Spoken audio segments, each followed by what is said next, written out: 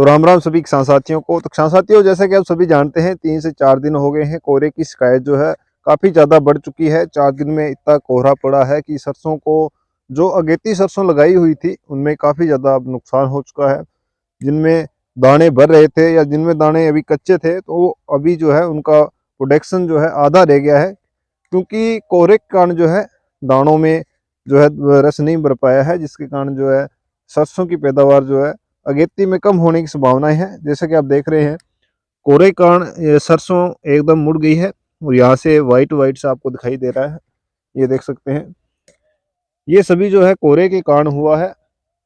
कोहरा पड़ने से इसकी जो प्रकाश संश्लेषण है वो नहीं हो पाता है। इनमें जो स्टार्च है वो अंदर जम जाता है, जिसके कारण जो है फलियों में दाना नहीं भर पाता है। अगर किसान साथियों, आपने भी सरसों अगेती लगाई है और आप भी चाहते हैं कि कोहरे से जो है आपकी फसल बची रहे, तो उसके लिए क्या ट्रीटमेंट अपने अब कर सकते हैं, क्योंकि अभी भी मौसम विज्ञान का मानना है कि 2 से 3 दिन जो है और कोहरा पड़ने की समस्या जो है राजस्थान और अदर स्टेट में भी आ सकती है। तो किसान साथियों, इसके लिए जो सरसों में है, अपने को 2 से 3 उपाय करना बहुत ज़रूरी है।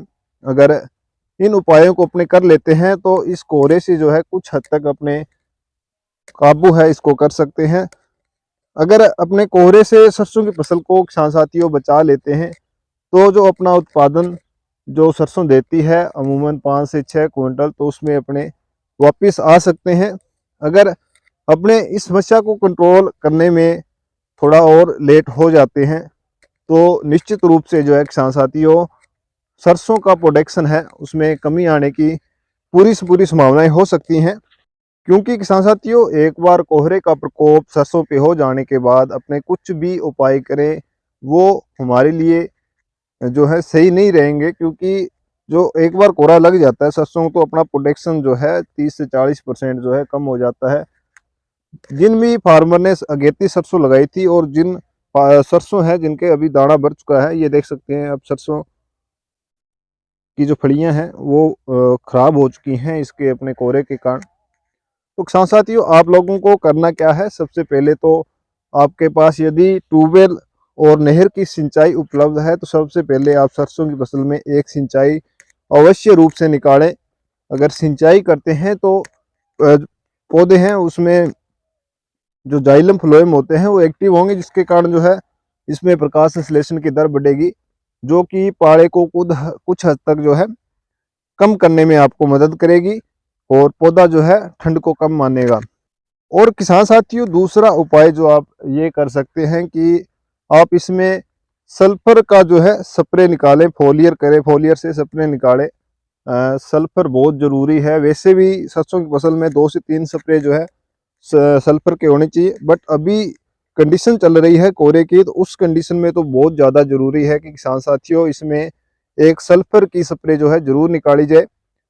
जैसे अभी जो सल्फर काम में आने वाली है सरसों की फसल में, जो सबसे ज़्यादा काम करती है वो आती है अपने पाउडर फॉर्म में। जैसे सुमिटोमो एक्सेल का स्वादिन आता है, या सुमिटोमो कंपनी की हारू आती है।